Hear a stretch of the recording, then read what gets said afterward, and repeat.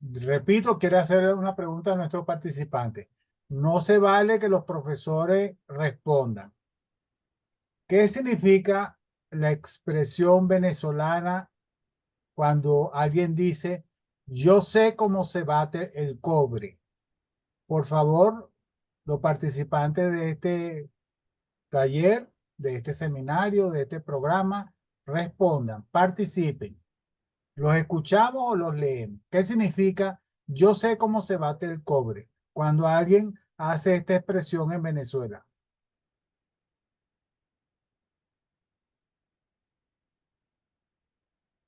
Yolimar, Iván, María Delfina, Edimir, Sandra, Carolina, ¿quién nos puede decir algo de eso?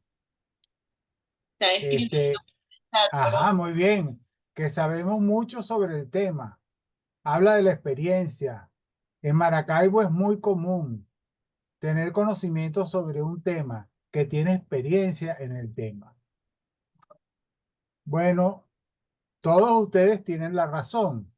Y es que nuestros invitados de hoy son espectaculares en el tema de estrategia financiera, que es uno de los asuntos más controversiales, más difíciles, más complicados de la gestión en las instituciones educativas y en particular en, digamos, en las unidades educativas, en los colegios.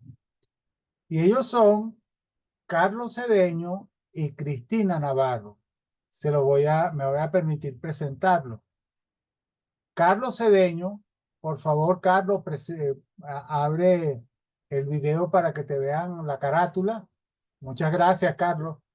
Carlos es licenciado en educación y además tiene una buena y excelente especialización en desarrollo organizacional y ahorita está culminando su doctorado en educación. Él tiene más de 20 años como consultor educativo y él ha contribuido a impulsar la calidad educativa en distintos contextos. Él ha desarrollado un liderazgo en el ámbito educativo en Venezuela y él es honradamente el director del Colegio Integral del Ávila, vicepresidente de la Asociación de Colegios del Mundo de Bachillerato Internacional de Venezuela y miembro del Consejo Superior de Colegio Integral El Manglar del Estado Anzoátegui. No vamos a decir peso pesado, pero uno de los especialistas más cotizados en este tema. Por otra parte, y con perdón de Cristina lo voy a decir, tengo a mi cuasi ahijada Cristina Navarro. Cristina es una apasionada de la docencia, tiene 25 años de experiencia. Ella es licenciada en educación, obtuvo su maestría en la Universidad de Georgia y hizo el doctorado en ciencias sociales y humanidades en la Universidad Simón Bolívar. Ella ha sido maestra y profesora universitaria.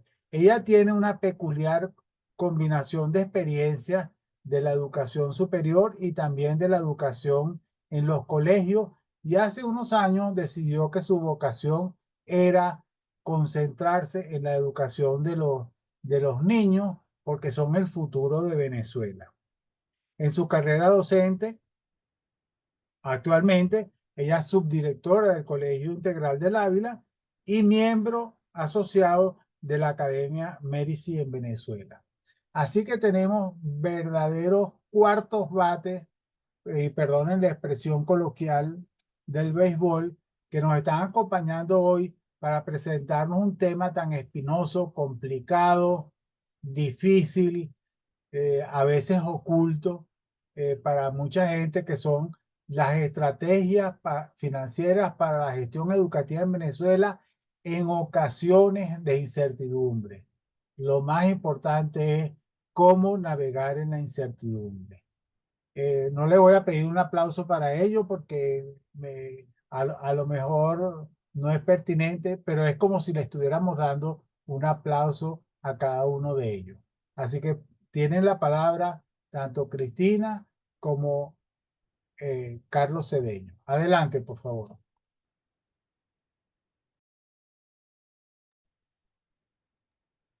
Bueno, Cristina, tienes que prender el... activar ajá, muy bien, gracias, Cristina.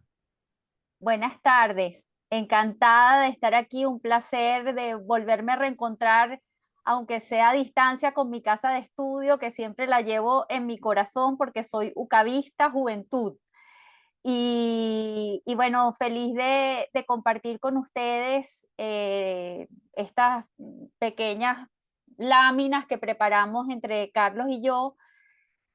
Ojalá que les sirvan de alguna manera de orientación ante este gran dilema que nos han planteado de presentar estrategias financieras para la gestión educativa en Venezuela, ¿no?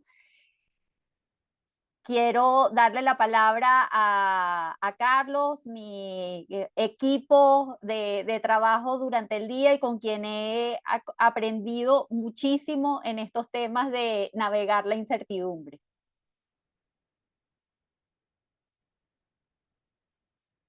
Oye, gracias por esa presentación exageradamente generosa.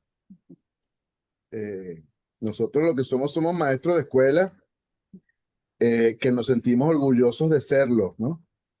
Y cuando uno está en un equipo escolar como el que tenemos en el Colegio Integral El Ávila,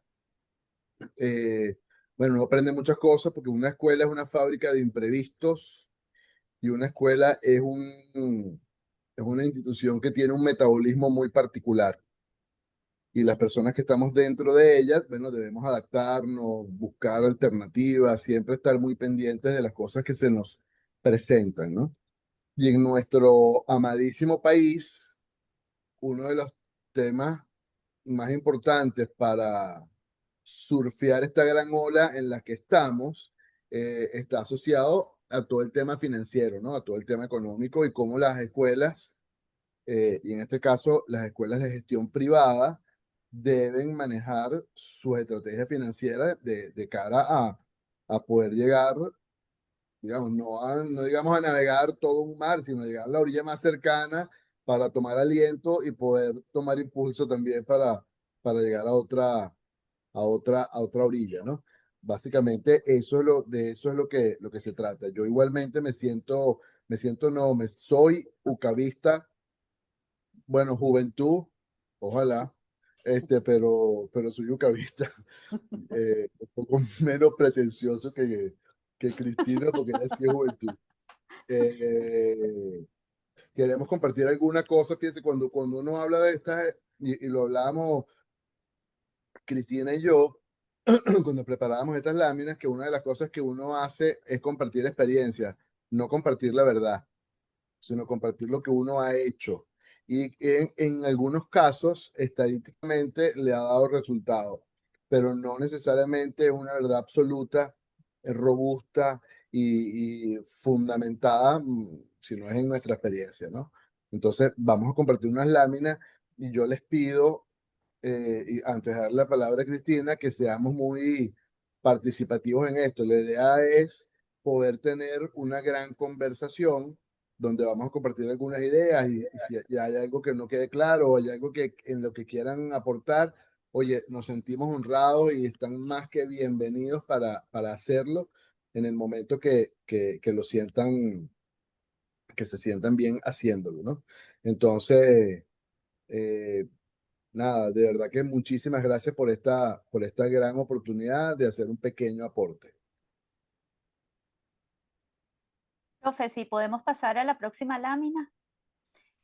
Bueno, vamos a comenzar esta conversación, como bien dijo Carlos, comentando la realidad buca en la que nos encontramos en el contexto educativo venezolano. Y lo iniciamos diciendo que buca fue un acrónimo que surgió por el ejército norteamericano luego de la Guerra Fría, justamente para denominar, caracterizar a un contexto, y podemos pasar a la siguiente lámina, un contexto que es volátil, incierto, complejo y ambiguo. De allí, de sus siglas en inglés, volátil, la U es uncertainty, complejo y ambiguo, hace que se forme esa palabra.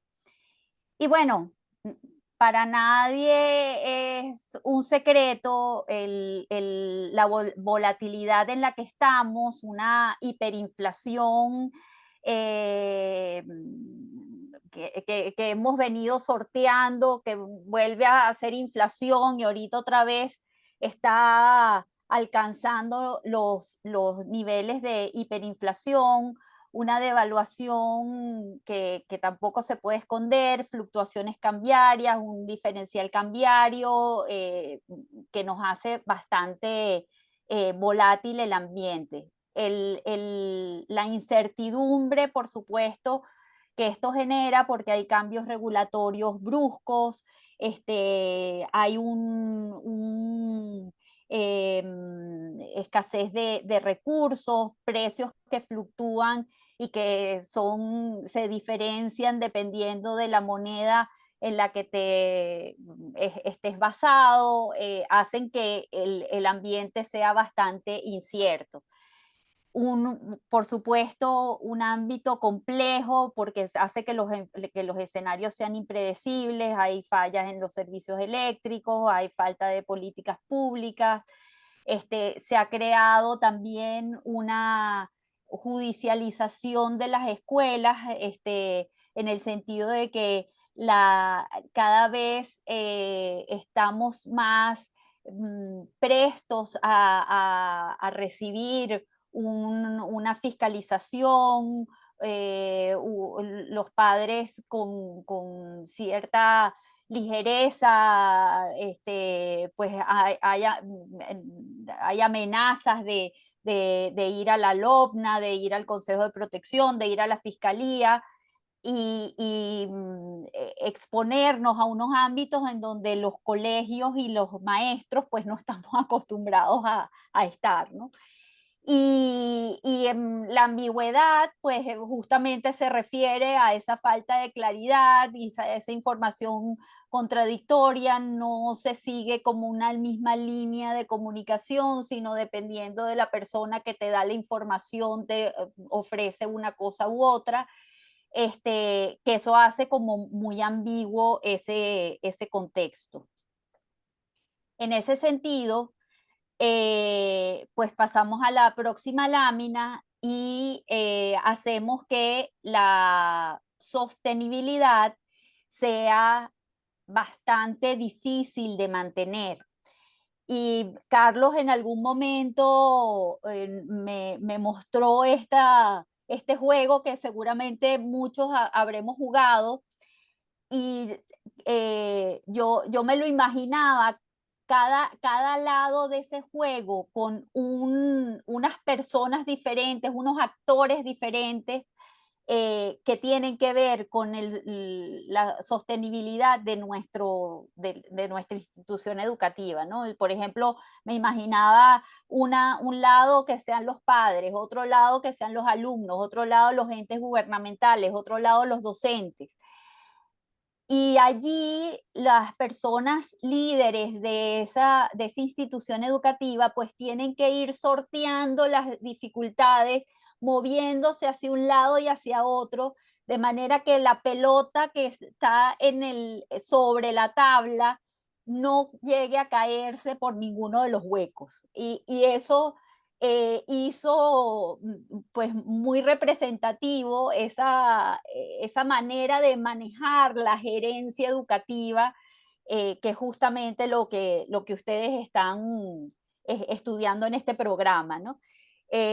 Cómo el gerente, el líder, tiene que moverse algunas veces, dando la razón o pareciera que está más inclinado hacia los entes gubernamentales y entonces los alumnos o los profesores no están tan contentos, otras veces están más hacia los papás, pero los profesores no están tan contentos, otras veces están más hacia los profesores, pero los papás no están tan contentos, los alumnos, pero estamos siempre en ese juego de esos cuatro lados, tratando de ver cómo sortear pues esas situaciones que se nos van presentando de manera que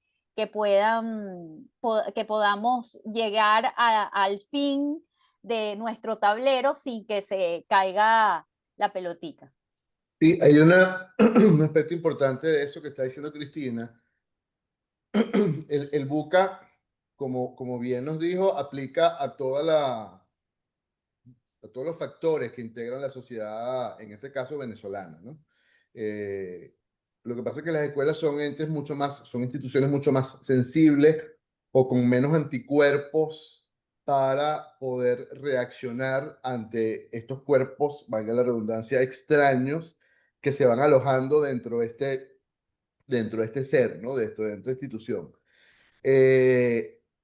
Y una de las cosas que hemos aprendido nosotros es que aquí, para sortear estas dificultades, donde está lloviendo muy fuerte en todos esos lados, en esos lados que se llaman, en esas patas de esa mesa, que se llaman padres, que se llaman maestros, que se llaman estudiantes, que se llaman entes gubernamentales, uno tiene que siempre mantener un equilibrio muy ponderado. En la medida en que uno le da vuelta a una de esas perillitas que aparecen en la imagen, en ese juego, ¿no? Le da vuelta radicalmente, entras en riesgo de que esa pelotica no llegue a su fin, sino que se caiga por el huequito y tenga que volver a comenzar de nuevo como si no hubiese empezado nada. Entonces, parte del tema, parte de la estrategia para manejarse en escenarios buca es el equilibrio, es el tener claro cuál es el propósito, pero en la estrategia ser equilibrado. El propósito siempre en una escuela deben ser los niños. Es decir, los que creemos en la educación como factor de cambio, tenemos a los niños siempre en el centro y buscamos dar respuesta a la pregunta de qué es lo mejor para mis estudiantes. Y a veces lo mejor para nuestros estudiantes no necesariamente es lo mejor para los maestros. Y a veces lo mejor para los estudiantes no necesariamente es lo que le conviene a los papás. Y a veces lo mejor para nuestros estudiantes puede estar en conflicto con las directrices que nos pueden dar algún ente rector. Entonces, estas cosas hay que manejarlas con muchísimo cuidado, con muchísimo criterio, pero siempre manteniendo el equilibrio y no dejando de lado el interés superior de nuestros estudiantes, que eso digamos, debe ser nuestro norte. A lo mejor no tenemos estrategias definidas, porque el escenario es buca, es cambiante, ¿no? Es de incertidumbre, es ambiguo, pero lo que no puede estar nunca en riesgo es nuestro rumbo, es nuestra meta, es nuestro norte, es nuestro propósito, ¿no? Eso es importante que nosotros lo tengamos muy claro y que sea parte del marco que nos permita tomar decisiones apegadas a los fines y propósitos de las instituciones que nosotros dirigimos, en las instituciones donde nosotros estamos.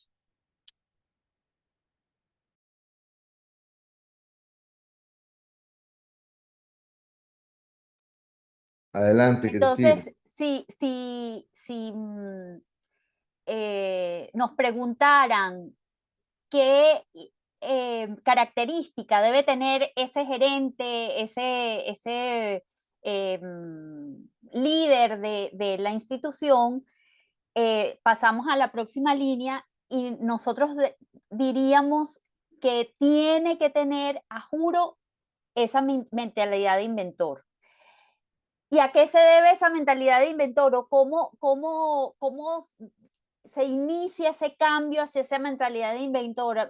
Una de las necesidades es el abandono de las soluciones fijas. Muchas veces en los colegios, además, que los colegios son instituciones como tan cíclicas, donde pareciera que cada septiembre uno planifica el septiembre del primer año y luego lo que hace es reproducir ese año por la vida de la institución.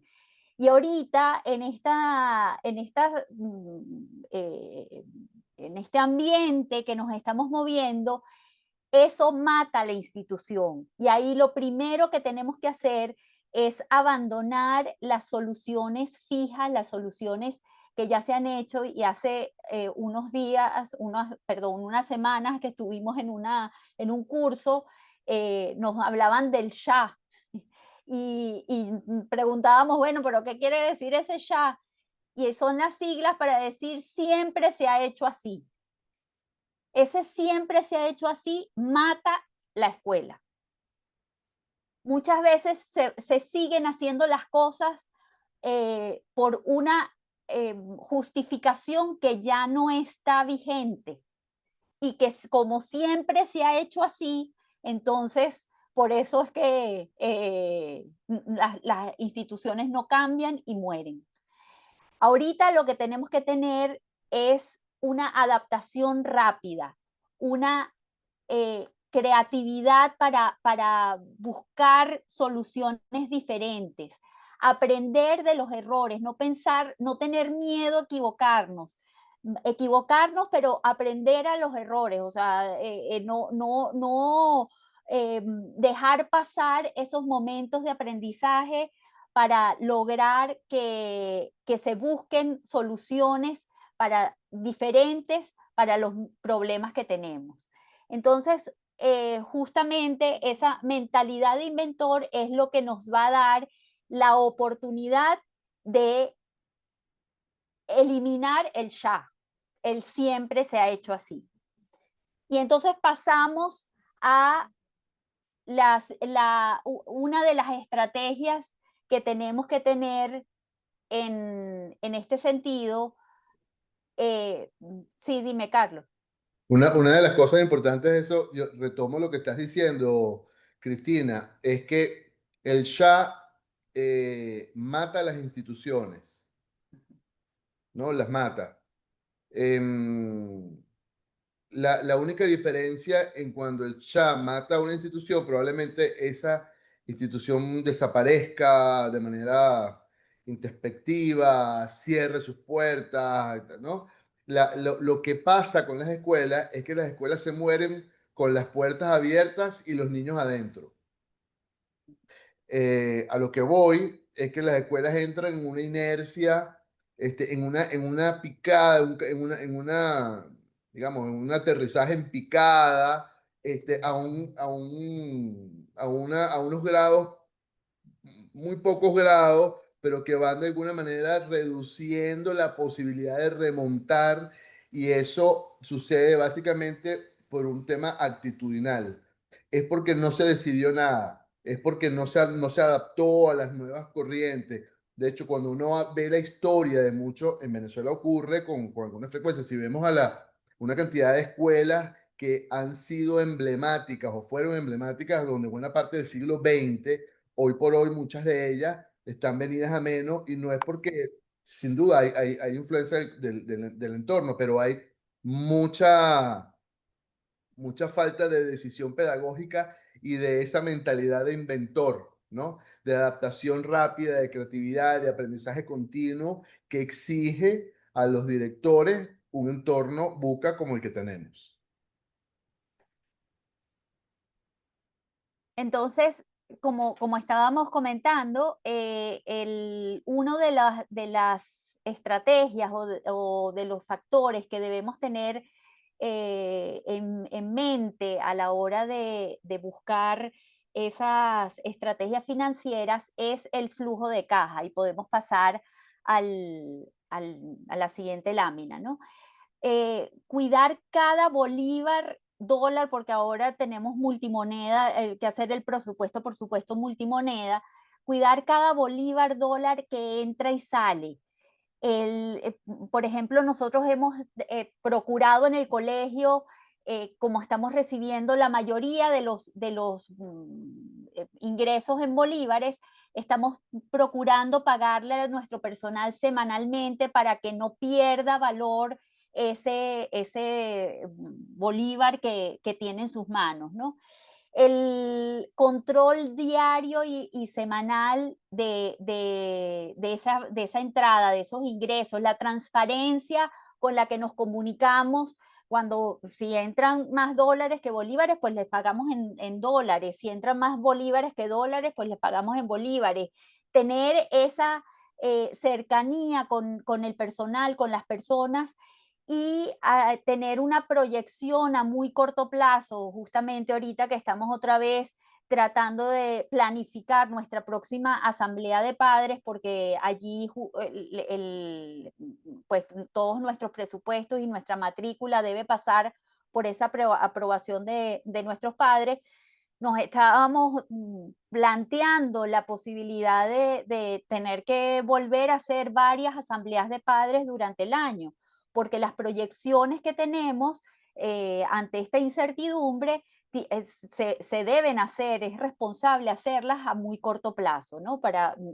Porque no se tiene suficientes evidencias para tomar decisiones a mayor plazo. Entonces allí vamos con los costos que aparecen en la siguiente lámina, donde nos preguntamos, o sea, tenemos que hacer un análisis de esos costos. Tenemos unos costos que son fijos, que son duros, que es la médula de nuestros colegios, de nuestras instituciones educativas, que por supuesto son las nóminas y los servicios básicos. Eso representa, nuestra nómina representa alrededor de un 70-80%. Es el corazón de nuestras instituciones. Y luego los servicios básicos, por supuesto que sin los cuales no podemos vivir. Y ahí no solamente luz, agua, ahorita por supuesto el internet es un servicio de primera necesidad que debemos pues tener dentro de esos costos fijos. Y luego en los costos blandos, ese mantenimiento, esos materiales, esos recursos que pueden ser, vamos a decir, cuestionables en cuanto a que el colegio no deja de funcionar si eso no se atiende con la urgencia con que se debe atender una nómina o el pago de los servicios. Sin embargo, Carlos y yo somos muy cuidadosos porque uno no se da cuenta, y como tú estás yendo todos los días al colegio, es como cuando tú ves a una persona todos los días, no te estás dando cuenta que se está engordando o que está adelgazando, sino tú te das cuenta cuando la ves cada 6 meses. Entonces, como tú estás dentro del colegio, no te estás dando cuenta de que se está deteriorando, y ese mantenimiento nosotros tratamos de ser, pero muy acuciosos para no abandonarlo, porque después puede ser cuesta arriba volver a lograr un colegio mantenido, un colegio que se vea limpio, y tenemos que recordar que el colegio es un templo. O sea, es un lugar que debe ser un oasis para los niños, un oasis para los maestros, un sitio donde se sientan a gusto, donde realmente lo que quieran es aprender. Entonces, allí tenemos que ver qué otras maneras de hacer las cosas. Por ejemplo, hay posibilidades de que enseñemos a los niños a lijar los pupitres y hagan ellos mismos el mantenimiento, que puedan barnizar algunas tablas de madera, acomodar algunas carteleras, limpiar las paredes. O sea, ver allí cómo se puede innovar, cómo se puede hacer las cosas de diferente manera. Otra vez vuelvo a traer el ya, evitar el ya.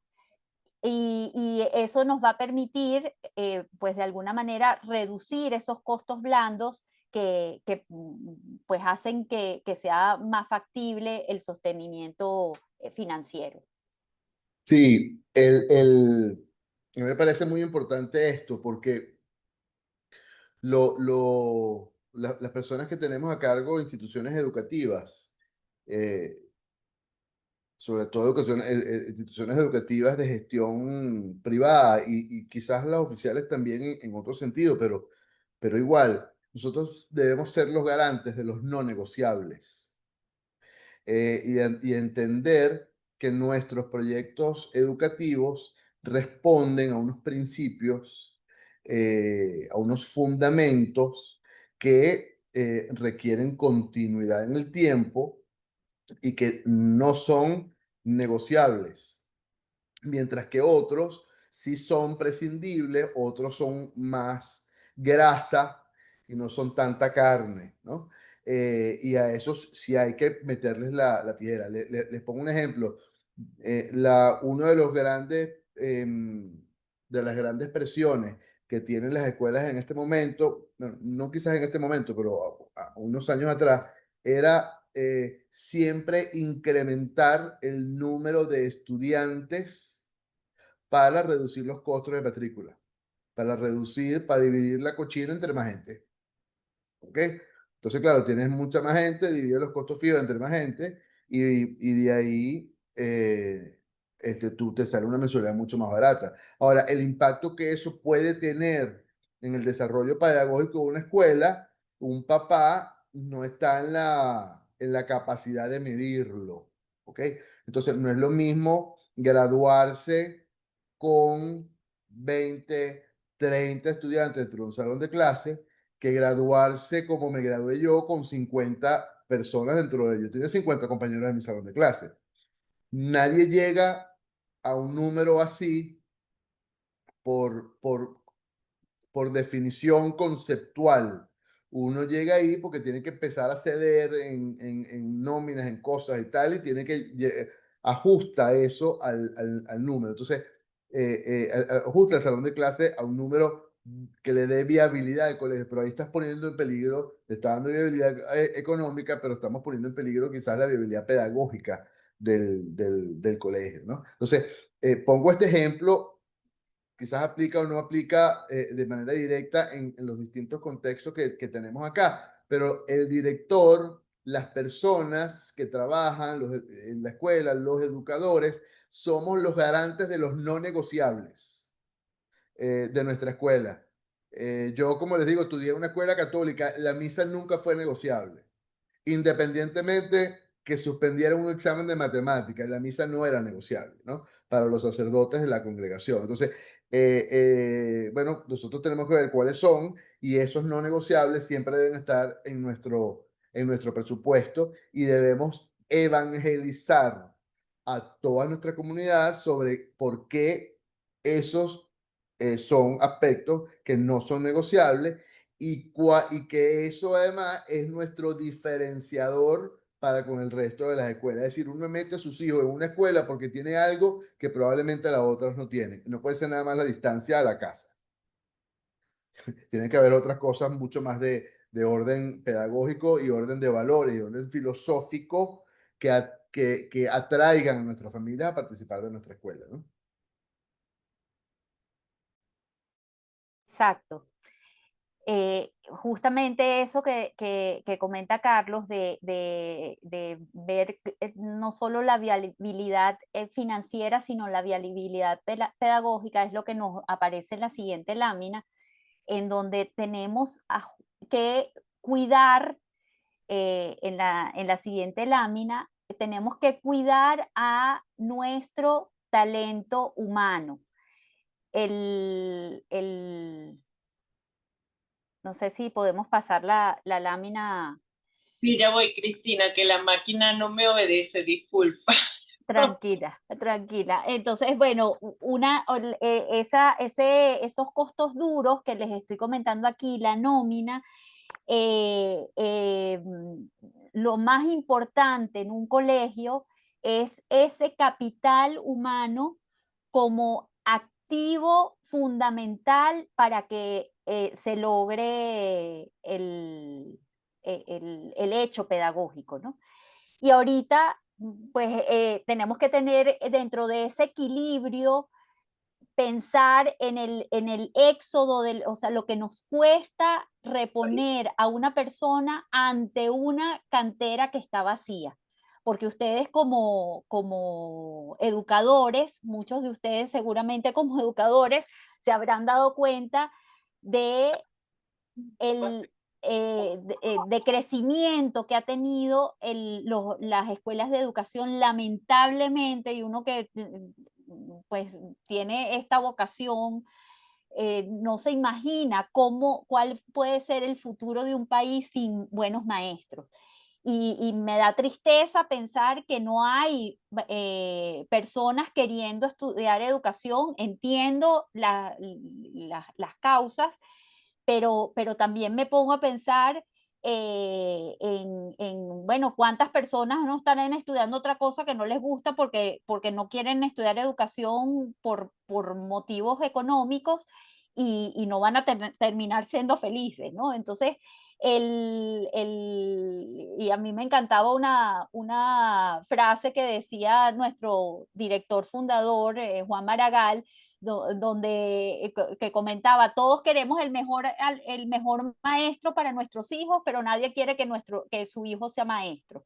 Entonces, ahí, ante esa realidad horrorosa de nuestro país, bueno, ¿cuánto nos cuesta reponer ese personal? No podemos, tenemos que cuidarlo y allí tenemos que inventar otra vez esa mentalidad de inventor tiene que potenciarse para buscar estrategias de motivación, aunque sean, o sea, monetarias y no monetarias, ¿no? Y en el colegio, por ejemplo, nos hemos valido de algunas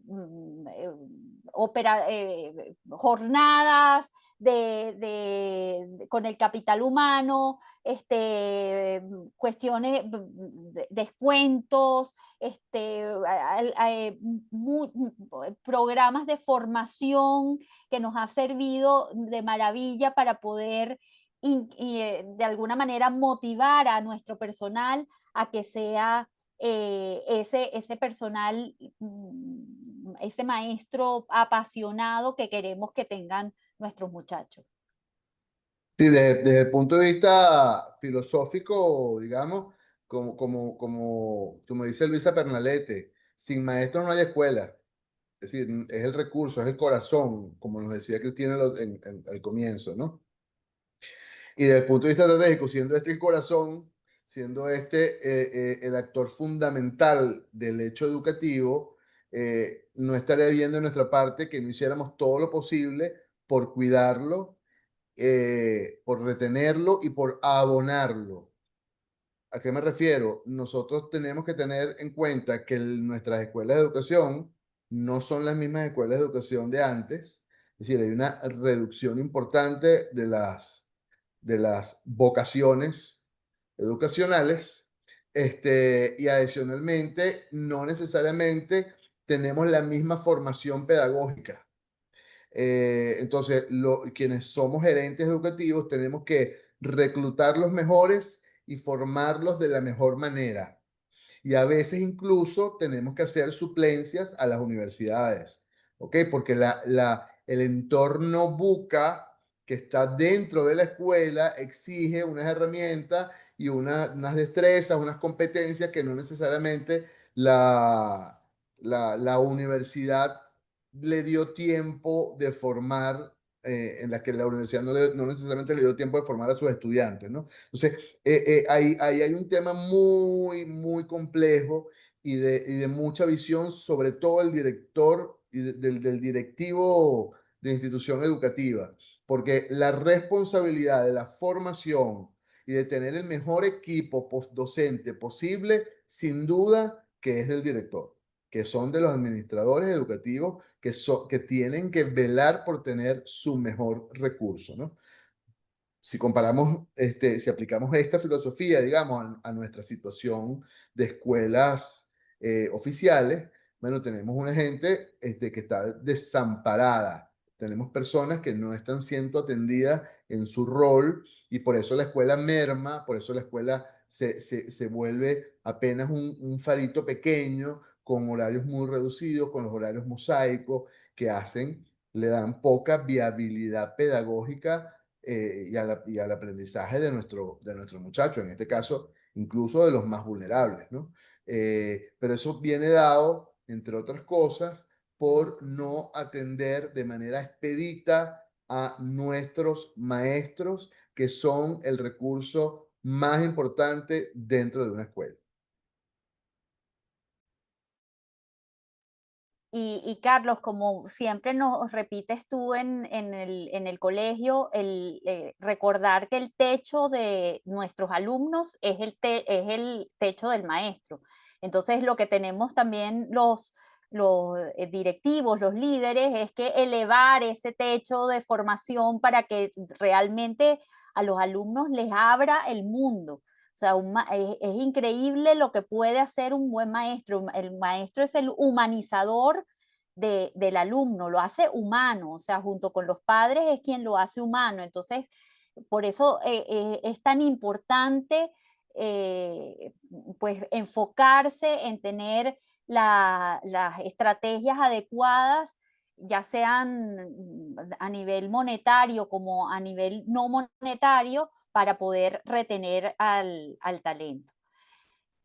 Así es que bueno, seguimos avanzando y ahora queríamos hablarles un poquito de nuestras estrategias de ingreso. Porque todo esto que acabamos de ver, pues se acomete gracias a unos ingresos, a unos insumos que entran en su mayoría de parte de los padres, pero no tiene que ser así, ¿no?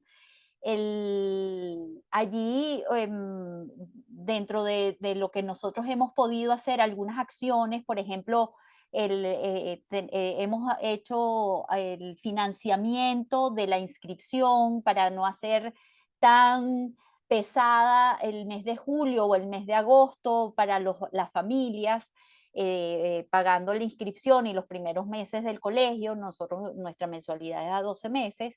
Y eso ha logrado mover un poco a la ruedita para que los papás se sientan también aliviados. Hemos hecho una campaña de concientización con respecto al pago de divisas. Ahorita con el diferencial cambiario, pues las familias se han volcado a pagar en bolívares, pero hemos hecho una campaña de concientización de lo que afecta al maestro cuando tú le reduces el salario de alguna manera por el pago en bolívares, y eso es pues evidente, ¿no? Lo que decía Carlos de mantener los cupos al máximo posible, pero es al máximo que filosóficamente nosotros como colegio hayamos escogido, no es como estaba comentando justamente Carlos de vamos a meter a todos los niños que podamos, de manera que podamos dividir el monto total entre más personas, de manera que a cada uno le corresponda lo menos posible, sino si nosotros nos propusimos que nuestro máximo de alumnos es 30 por salón, pues tratar de llegar a esos 30 en todos los salones, que eso ahorita es una cuestión que está costando mucho porque hay mucha migración interna, o sea, en la ciudad hay migración de estudiantes por la diáspora, pues muchos colegios han perdido a muchos estudiantes y se está dando ese fenómeno de migración dentro de los colegios. Y ahí, disculpa que te interrumpa, hay un fenómeno que no es venezolano, sino es un fenómeno que ocurre en buena parte del mundo. Nosotros lo estudiamos en Europa, en España, con gran preocupación, es que los colegios están siendo pirámides invertidas, ¿no? Están graduando muchos más muchachos de los que entran de su origen. Entonces hay un déficit de niños en preescolar y que no compensa a los niños que están saliendo del sistema en quinto año de bachillerato, ¿no? Eso hay que verlo con mucho cuidado. Hay que ver por qué estamos desangrándonos y no tenemos ese mismo flujo. Eso es multicausal, sin duda, pero hay que atenderlo con cabeza de urgencia, porque si no lo hacemos así, vamos a tener un cierre técnico en muy poco tiempo, ¿no? Vamos a tener un colegio inviable para los que se queden, y va a ser una muy buena razón para los que decidieron quedarse, irse, ya que la gente se fue. Entonces yo no me voy a quedar así, ni cosa más fea que quedarse solo, pues, ¿no? Entonces la gente se va a ir porque los demás se fueron. Eso entra en un barrena, en una espiral descendente que puede ser terrible. Hay que atenderlo con muchísima precaución, con muchísima atención, identificando las causas del fenómeno y tratando de mitigarlas lo antes posible y de manera contundente. Así es, así es. Allí luego tenemos la disciplina y la perseverancia en la cobranza y en los pagos, bueno, ya hemos hablado anteriormente sobre eso.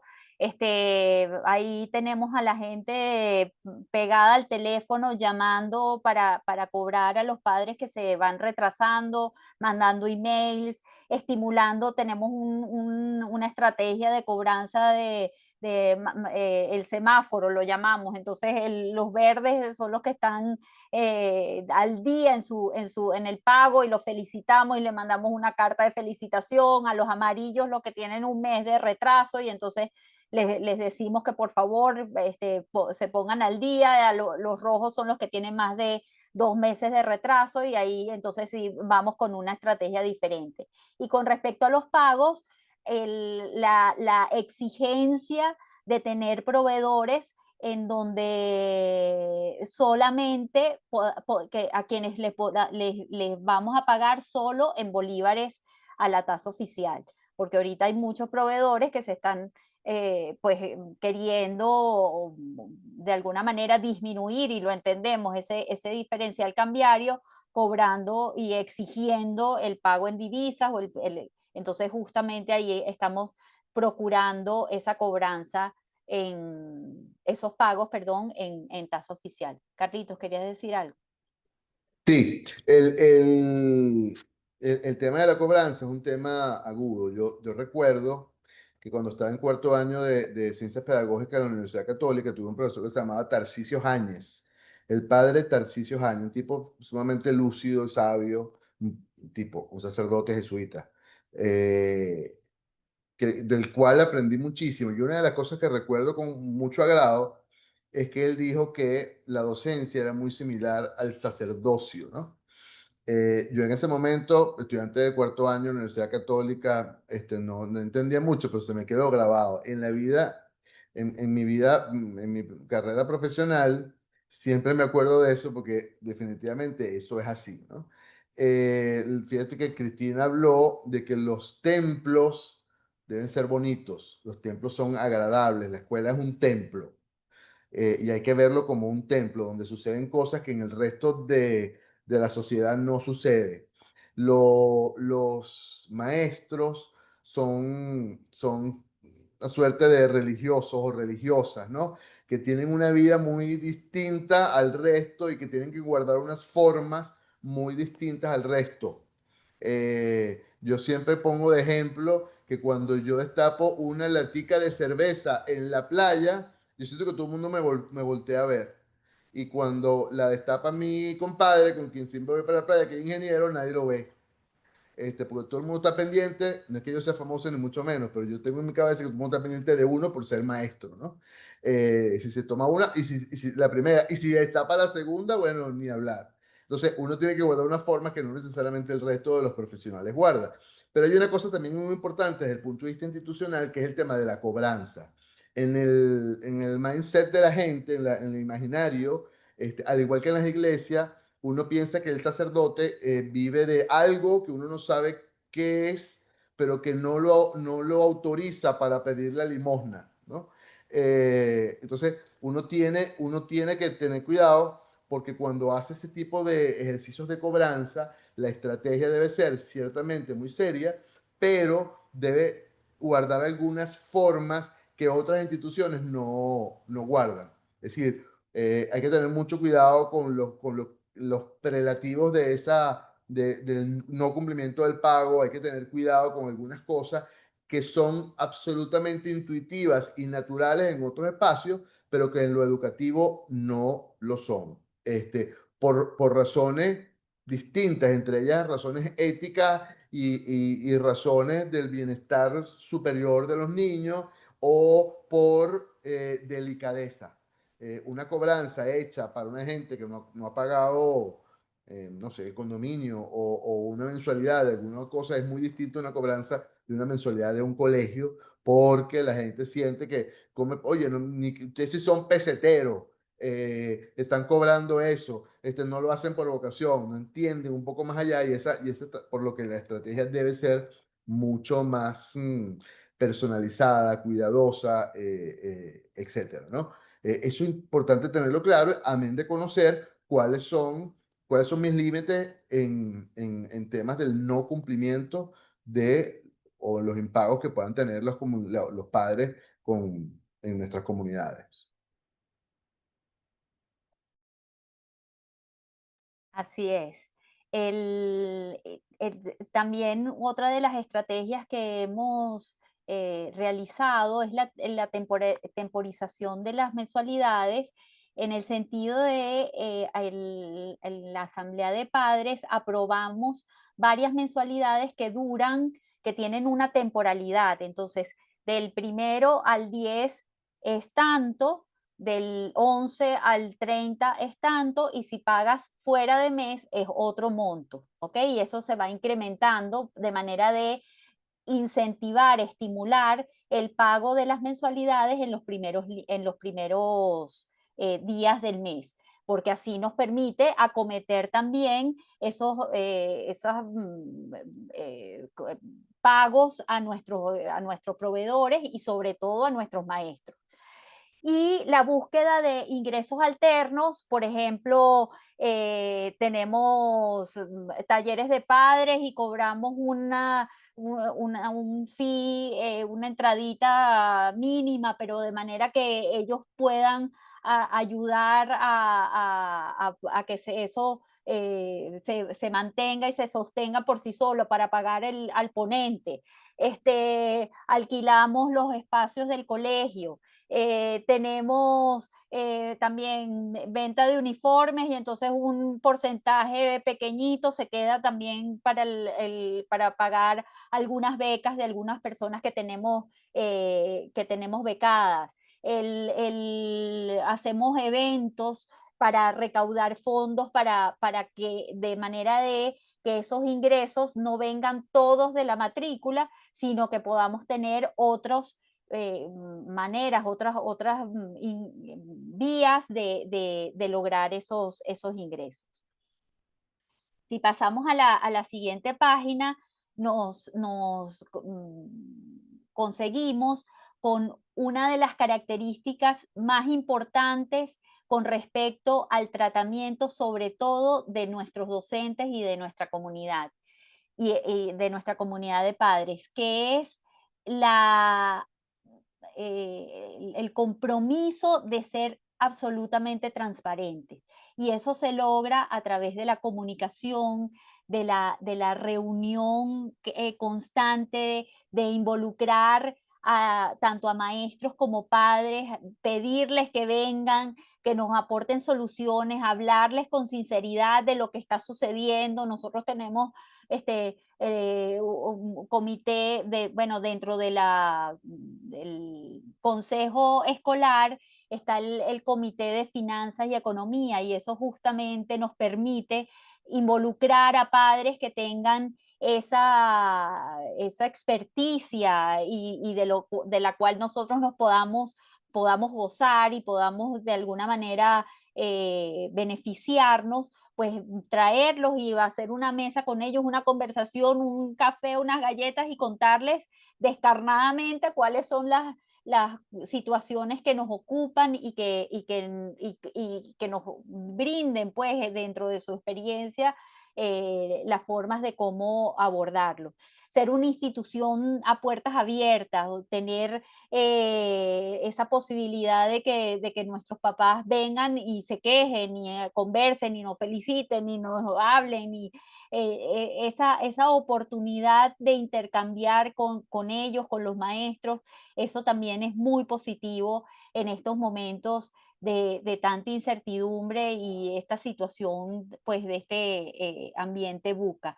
Y bueno, ser una organización horizontal y cercana, donde los padres tienen el teléfono de la maestra para consultar cualquier cosa, de la coordinadora, o sea, como decía Carlos, ese esa pregunta central de qué es lo mejor para los niños en este momento y poder explicar por qué yo no te estoy favoreciendo, papá, porque pensamos que al niño lo que le conviene es esto, o por qué no te estoy favoreciendo, maestro, porque pensamos que al niño le conviene esto. Esa horizontalidad, pues, ayuda a que esa comunicación sea mucho más directa y tenga menos intermediarios. Y eso también nos ayuda muchísimo. Y las relaciones en las escuelas son como las cuentas de banco. Uno tiene que hacer muchos depósitos para que cuando toque retirar haya saldo y no nos reboten la transferencia o el cheque o el cajero no nos dé la plata. Porque si uno no se ocupa de hacer depósitos, cuando viene el momento de hacer un pago, de hacer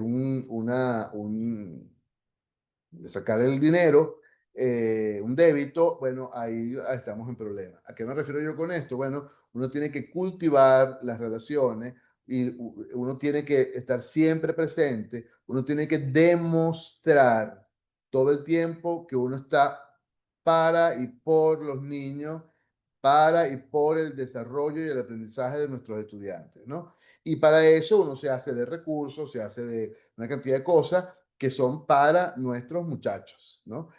Cuando eso queda claro y uno lo va sosteniendo a lo largo de todo el año escolar, cuando toca hacer algún tipo de retiro, toca tener una conversación más difícil, toca, bueno, involucrar alguna de esas partes de ese jueguito que veíamos al principio que va a ser afectada, bueno, la gente va a tener un poco más de confianza en que lo que nosotros estamos diciendo lo estamos diciendo porque realmente estamos pensando en nuestros niños. Ahora, si nosotros hemos demostrado lo contrario, si no hemos hecho esos depósitos, bueno, nadie nos va a dar el dinero, nadie nos va a dar la confianza, nadie nos va a dar nada que vamos a requerir en un momento de contingencia, como lo son los momentos de contingencia económica que estamos viviendo.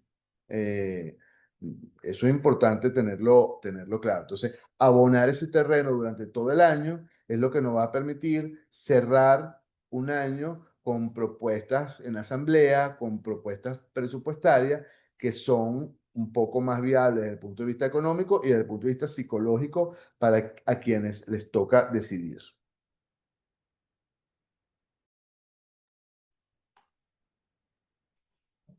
Exacto, y es que la generación de confianza, y podemos pasar para ver la próxima lámina, en una institución confiable es aquella que cumple lo que promete. A mí esa frase se me quedó y Carlos y yo decidimos ponerla aquí. Y justamente una de las preguntas que en un momento determinado nos hicimos cuando estábamos pues iniciando empezamos a dar cuenta de este ambiente buca, fue cómo avalar en el colegio que nosotros cumplimos lo que prometemos.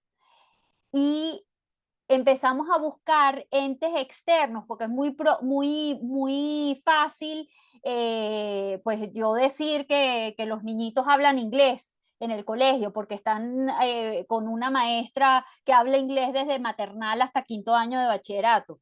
Ajá, pero ¿quién me dice a mí que lo que tú me estás diciendo, Cristina Navarro, es verdad? Entonces, si pasamos a la próxima lámina un momentico, conseguimos los siguientes entes externos que de alguna manera han certificado características de nuestro colegio. Por ejemplo, lo que les estaba diciendo ahorita del hablar inglés. Entonces, bueno, nos buscamos al examen de Oxford, la certificación de Oxford, que nos brinda la oportunidad de que nuestros alumnos en 4º año se sometan a este examen, y lo hicimos en 4º año justamente para que ya hayan pasado la mayoría de su escolaridad y obtengan el nivel de inglés según los parámetros del marco europeo de referencia para las lenguas. Esto, para quienes conocen más el ámbito americano, el Oxford Test es un certificado, un examen certificado que equivale al TOEFL en los Estados Unidos. Este es el examen que se exige en las universidades anglosajonas, pero de Europa. Y entonces te exigen un nivel B2 para tú poder entrar como estudiante a esa universidad. Y ese es justamente el nivel. Nosotros ahorita podemos decir que nuestros estudiantes, la mayoría de nuestros estudiantes en el colegio, salen hablando con un nivel B2. Entonces ya no es Carlos Cedeño o Cristina Navarro quienes dicen que los niños hablan inglés, sino es un ente externo que certifica, que avala que eso esté ocurriendo. Otra manera, otro estándar que nos pusimos fue lograr que nuestros alumnos sacaran el programa del diploma del bachillerato internacional. Y justamente porque nos dimos cuenta que muchos de nuestros alumnos después, no solamente cuando salían del bachillerato y algunos se iban a estudiar al exterior, o cuando terminaban de estudiar y querían buscar alternativas, cuando terminaban de estudiar su carrera y querían buscar alternativas de trabajo, pues ya la competencia no era los estudiantes o los profesionales venezolanos, sino eran los estudiantes o los profesionales del exterior. Entonces ya los estándares no eran los venezolanos, sino los del exterior, y por eso buscamos el bachillerato internacional, que justamente pues marca unos estándares internacionales que deben tener los muchachos cuando se gradúan en 5º año y salen certificados con este programa del diploma, con este diploma del bachillerato internacional. Y luego, más recientemente, este año en septiembre, queríamos pues seguir en esa búsqueda de personas externas que nos dijeran, bueno, si íbamos por buen camino o no como organización y con las normas de gestión de la calidad, y buscamos la certificación ISO 9001. Y bueno, después de un arduo trabajo de 1 año y medio aproximadamente, pues obtuvimos esa certificación, y de alguna manera esto nos permite demostrar, no porque lo dice Carlos Cedeño y Cristina Navarro, no porque lo dicen los líderes, sino porque lo están certificando personas externas, extrañas al colegio, pues nos permite de alguna manera mostrar que lo que estamos haciendo, que lo que decimos es lo que estamos haciendo, ¿no? Entonces esa es una de las formas que hemos logrado. Otra manera, y pasamos a la siguiente lámina, es a través de redes de apoyo y colaboración, no sentirnos solos, sino compartir con otros directores, con asociaciones, alianzas, o sea, y yo creo que esto ha sido una cuestión positiva que ha surgido de este ambiente buca en el que estamos. Pues todos estamos tan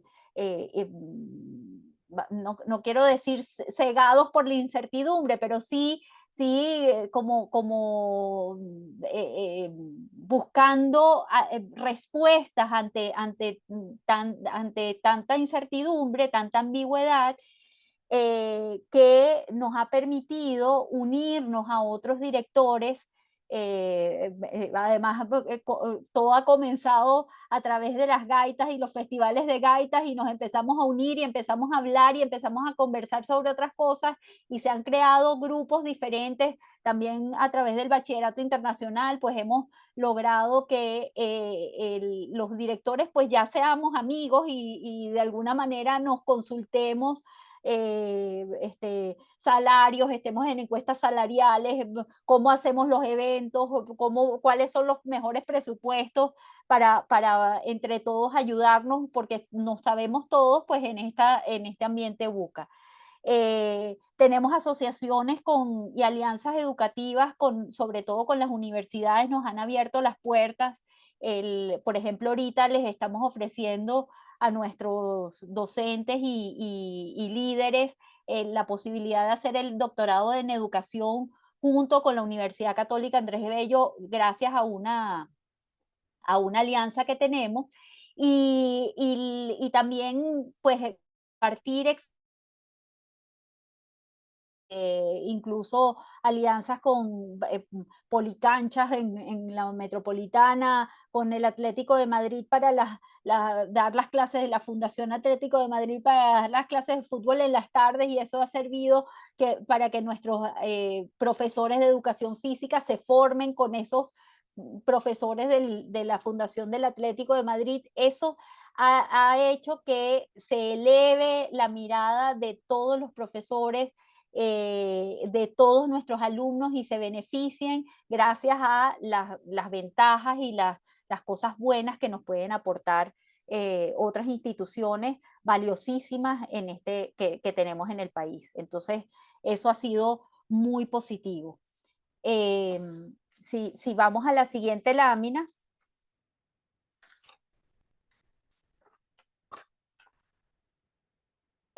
Entonces, ¿esto qué es lo que ha creado en nosotros? Un liderazgo que se adapta, que deja la planificación rígida. Nosotros creamos hace 4 años y medio, un plan estratégico por primera vez, que nos dio un norte, pero más que una planificación estratégica.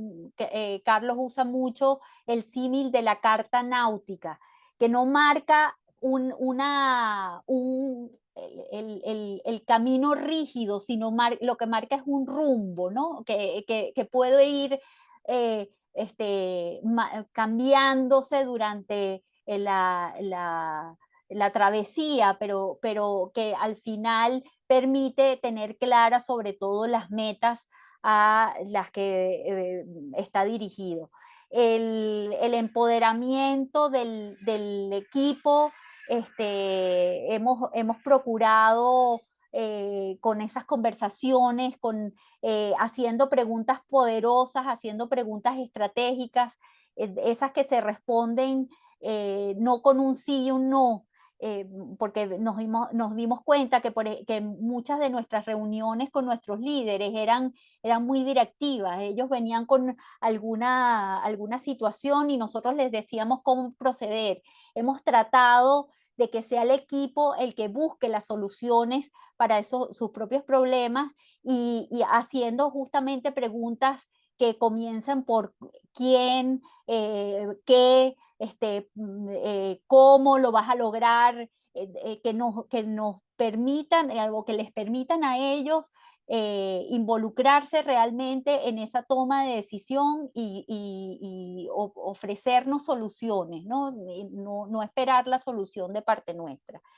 Y bueno, y tener una cultura de moderación, de austeridad, de creatividad, de innovación, que permita que la gestión pedagógica no se vea afectada, o se vea afectada lo menos posible, en esta época pues de estrechez en la que estamos pasando, pero siempre buscando, sabiendo que la educación es una piedra angular, que es lo que nos va a llevar a tener una Venezuela diferente, una Venezuela soñada, y es la que va a permitir que logremos que ese futuro sea un futuro brillante, un futuro maravilloso como todos queremos, ¿no? Y pasamos a la última lámina, donde pues queremos como concluir esta intervención comentándoles eso, ¿no? No hay soluciones, sino inventos. Tenemos que tener esa mentalidad de inventor y buscar cada vez ser más creativos y tener esa esperanza alta de que de esta época VUCA vamos a salir mucho más fortalecidos como personas y como equipos.